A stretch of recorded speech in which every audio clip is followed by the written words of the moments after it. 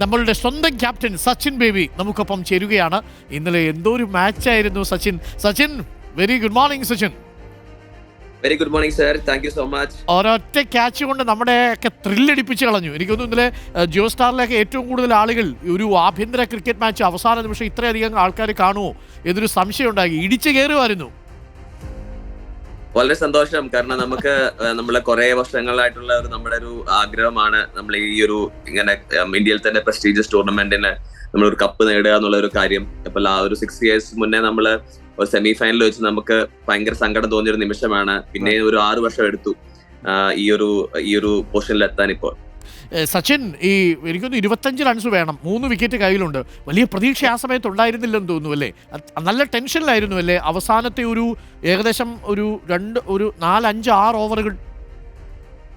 തീർച്ചയായും. കാരണം നമുക്കറിയാം, നമ്മള് ഒരു ക്രിക്കറ്റ് കളിച്ചാലും ഏതൊരു മാച്ച് കളിച്ചാലും ആ ഒരു പ്രഷർ എപ്പോഴും ഉണ്ടാവും. അപ്പം എസ്പെഷ്യലി ഇങ്ങനത്തെ ഒരു സ്റ്റേജിൽ നമ്മൾ കളിക്കുമ്പോൾ, അത് കാരണം സെമി ഫൈനല് കളിക്കുമ്പോഴത്തേക്കും 28 റൺസും 3 വിക്കറ്റ്സും. അപ്പൊ നമ്മള് മാച്ചിന് മുന്നേ പറഞ്ഞൊരു കാര്യമാണ്, നമ്മുടെ റോഡ് ടു ഫൈനൽസിന് ഒരു 3 സ്റ്റെപ്സ് ആണ്. നമ്മളൊരു വിക്കറ്റ്സിന് പറഞ്ഞൊരു കാര്യമാണ്, 3 സ്റ്റെപ്പാണ് നമുക്ക് വേണ്ടത്. ആ റൺസ് നോക്കണ്ട, പക്ഷെ ഒരു 3 നല്ല ഗുഡ് ബോൾ മതി നമുക്ക് നമ്മുടെ ആ ഒരു ഡ്രീം അച്ചീവ് ചെയ്യാൻ. സോ അതെല്ലാരും വിശ്വസിച്ചു. പക്ഷെ എല്ലാവർക്കും ആ ഒരു പ്രഷർ ഉണ്ടായിരുന്നു. ബട്ട് നമ്മളാരും അത് പുറത്ത് കാണിക്കാതെ ഒരു മിറാക്കിൾ സംഭവിക്കുന്ന we believed and it happened. അതിൽ ഈ നിസാറിന്റെ ഹെൽമറ്റിൽ ആ ബോൾ വന്ന് തട്ടുന്നു, അത് നേരെ ഉയർന്ന് മുകളിലോട്ട് പൊങ്ങുന്നു, അത് സച്ചിന്റെ കയ്യിൽ തന്നെ വന്ന് വീഴുന്നു അല്ലേ? അതൊരു അവിസ്മരണീയമായ, എനിക്കൊന്ന് സച്ചിന്റെ ക്രിക്കറ്റ് ലൈഫിലെ തന്നെ ഏറ്റവും ഗോൾഡൻ മൊമെന്റ് ആണ്. 100%. കാരണം നമ്മളറിയില്ല, നേരത്തെ പറഞ്ഞ പോലെ ഞാൻ 2009 കേരള ക്രിക്കറ്റില് ഡെബ്യൂ ചെയ്തത്. അപ്പൊ അന്ന് തൊട്ടുള്ള എല്ലാ ക്യാപ്റ്റന്മാരുടെയും വലിയൊരു ആഗ്രഹമായിരുന്നു നമ്മള് കേരള ഒരു രഞ്ജി ട്രോഫി കപ്പടിക്കണം എന്നുള്ള ഒരു കാര്യം. അപ്പൊ നമ്മുടെ ക്യാപ്റ്റന്മാരായ അൻതോദനാവൻ ചേട്ടൻ, സുനിൽ എസ് ചേട്ടൻ, ശ്രീകുമാരി ചേട്ടൻ, ടിനു ചേട്ടൻ, ശ്രീ, പിന്നെ ഇങ്ങോട്ടൊന്നുള്ള വി എ ജഗദീഷ്, സോണി ചേട്ടൻ, അവരെല്ലാവരും ആഗ്രഹമായിരുന്നു. പിന്നെ നമ്മുടെ KCA സെക്രട്ടറിമാരൊക്കെ പണ്ട് തൊട്ട് ആഗ്രഹിക്കുന്ന ഒരു കാര്യമാണ്. മാത്യു സർ, TRB സർ, ഇപ്പോൾ ശ്രീജിത്ത് സർ, വിനോദേട്ടൻ, ജയേഷേട്ടൻ, അവരുടെയൊക്കെ വലിയൊരു ആഗ്രഹമാണ് നമ്മള് കേരളം ഒരു കപ്പടിക്കണം എന്നുള്ളത്. അപ്പൊ ഇന്നലെ ആ ഒരു ക്യാച്ച് പൊങ്ങിയപ്പോഴത്തേക്കും കുറെ തോട്ട്സ് ഇങ്ങനെ, പണ്ട് നമ്മളെ വേൾഡ് കപ്പിൽ ക്യാച്ച് എടുത്ത പോലെ കുറെ തോട്ട്സ് എടുത്തു. അതുപോലത്തെ ഒരു മൊമെന്റ് ആയിരുന്നു എനിക്ക്. ഇങ്ങനെ മുകളിൽ പൊങ്ങി, ദൈവമേ എന്നുള്ള രീതിയിൽ ആ ഒരു ക്യാച്ച് പൊങ്ങി. കാരണം ഈ ക്രിക്കറ്റിൽ റൂൾ ഉണ്ടായിരുന്നു കുറച്ചു നാൾ മുന്നേ വരെ, ഈ ഹെൽമെറ്റില് ബോൾ തട്ടി പിടിച്ചാല് അത് അപ്പൊ തന്നെ ഡെഡ് ബോൾ വിളിക്കും. അപ്പോ അത് എനിക്കറിയാം അത് മാറി എന്നുള്ള, പക്ഷെ ആ സംഭവത്തില് ഹെൽമെറ്റിൽ തട്ടിയപ്പോ തന്നെ ദൈവം ഇനി ഡെഡ് ബോൾ ആണോ എന്നുള്ള രീതിയിൽ കുറെ തോട്ട്സ് ആ സമയത്ത് പോയി. ബട്ട് ഒരു ദൈവാനുഗ്രഹം പോലെ നമുക്ക് ആ ഒരു ക്യാച്ച് നമുക്ക് കിട്ടി. കമന്റേറ്റർക്കും ഒരു സംശയം ഉണ്ടായിരുന്നു. കമന്റേറ്റർ പറയുന്ന വാചകവും നമ്മളപ്പോൾ കേട്ടു. നമ്മളൊരു ടെൻഷൻ അടിച്ചു ആ സമയത്ത്. ഈ പറഞ്ഞതുപോലെ ഡെഡ് ബോൾ ആയി പോവോ, പെട്ടെന്നൊരു സംശയം വന്നു. പക്ഷേ പിന്നീട് വിക്കറ്റാണെന്ന് അറിഞ്ഞപ്പോൾ ഒരു വല്ലാത്ത ഒരു ത്രസിപ്പിക്കലായിരുന്നു. എനിക്കൊന്നും അടുത്ത കാലത്ത് ഈ 90 വർഷം രഞ്ജി ട്രോഫി ആയിട്ടും കേരളം ഇങ്ങനൊരു അവിസ്മരണീയമായൊരു നിമിഷം നമുക്ക് സമ്മാനിച്ചിട്ടില്ല. നമ്മൾക്ക് ഇന്റർനാഷണൽ മാച്ചുകളിൽ, ടെസ്റ്റ് ക്രിക്കറ്റിലൊക്കെ ചില നിമിഷങ്ങളിൽ ഈ അപൂർവ നിമിഷങ്ങൾ വരാറുണ്ട്.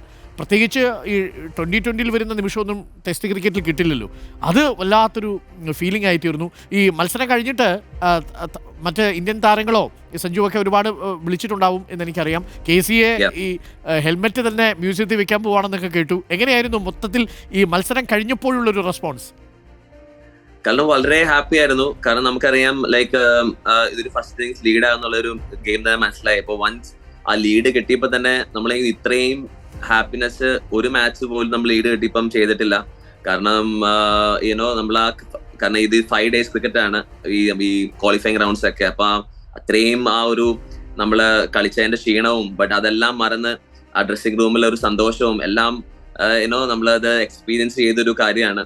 അപ്പോ ഭയങ്കര സന്തോഷമായി. കാരണം നമ്മൾ ഈ പറഞ്ഞ പോലെ നമ്മുടെ പഴയ ക്രിക്കറ്റേഴ്സ്, പഴയ ക്യാപ്റ്റൻസ് ഒക്കെ വിളിച്ചിട്ട് കൺഗ്രാറ്റ്സ് പറയുമ്പോഴത്തേക്കും അവരെ റെപ്രസെന്റ് ചെയ്തിട്ട് നമ്മളെ കേരളത്തില് കളിക്കുമ്പോഴും ആ ഒരു സന്തോഷവും ആ ഒരു പ്രാർത്ഥന, എല്ലാവരുടെയും പ്രാർത്ഥനയും നമ്മുടെ ഈ ടീമിലുണ്ടെന്ന് നമുക്കറിയാം. അപ്പം വളരെ സന്തോഷം അതിൽ. ഓക്കെ സച്ചിൻ, ഈ ആ ക്യാച്ച് വരുന്നതിന് തൊട്ട് മുമ്പ് വരെ ഈ 2 വിക്കറ്റും പോയി, ഇനി ലാസ്റ്റ് വിക്കറ്റ് ആണ് എന്നറിയുന്നു. പക്ഷെ 2 റൺസ് മതി എന്നുള്ളത്, ആ സമയത്ത് എന്താണ് സച്ചിൻ ബൗളർക്ക് കൊടുത്ത ഒരു മെസ്സേജ്? മെസ്സേജ് അല്ല, സാധാരണ നമുക്കിങ്ങനെ ഒരു ക്രിക്കറ്റില് നമുക്കറിയാം ഓക്കെ നമ്മുടെ ഡേ ആണെങ്കിൽ എല്ലാം നമ്മൾ വിചാരിക്കുന്ന പോലെ നടക്കും എന്നുള്ള ഒരു കാര്യമുണ്ട്. അപ്പോ എനിക്കൊന്ന് ആ ഒരു 3 വിക്കറ്റ് ആദ്യത്തെ വിക്കറ്റിന് ഞാനൊരു ക്യാച്ച് ഡ്രോപ്പ് ചെയ്യണ്ടായി. അപ്പോ ഞാൻ വിചാരിച്ചു ദൈവമേ ഇത് പോയി, കാരണം എല്ലാം വിപരീതമായാണ് നടക്കുന്നത്. പിന്നെ അവരുടെ 9 വിക്കറ്റ് പോയി. അതിനുശേഷം ജലജിന്റെ ഒരു പന്ത് സ്റ്റമ്പിന്റെ മോളിക്കടെ തൊട്ടടുത്തോടെ ഒരു ബോൾ പോയി, ഒരു 2 റൺസ് ഓടി. അപ്പൊ അതിൽ നോക്കിയപ്പോഴും ദൈവമേ അതും കിട്ടിയില്ലല്ലോ, അപ്പൊ നമുക്കുള്ളതല്ലേ എന്നുള്ള ഒരു തിങ്കിങ് വന്നു. 100% എല്ലാവരും പ്രഷറിലായിരുന്നു, ഈവൻ ഞാൻ പ്രഷറിലായിരുന്നു. ബട്ട് ആസ് എ ലീഡർ നമുക്കത് പുറത്ത് കാണിക്കാൻ പറ്റില്ല. ബട്ട് എല്ലാവരും പറഞ്ഞു എന്റെ ഫേസിൽ അത് ഭയങ്കരമായിട്ട് ടെൻഷനായിട്ട് കാണിക്കുന്നുണ്ട് എന്നുള്ള രീതിയിൽ. ബട്ട് നമുക്കത് എല്ലാ പ്ലേയേഴ്സിനും ഇപ്പം ഒരു ലീഡർ പ്രഷർ ആണെങ്കിൽ ഫുൾ ടീം അത് ആ സമയത്ത് പ്രഷർ ആവും. അപ്പോ ഞാൻ മാക്സിമം ട്രൈ ചെയ്തു.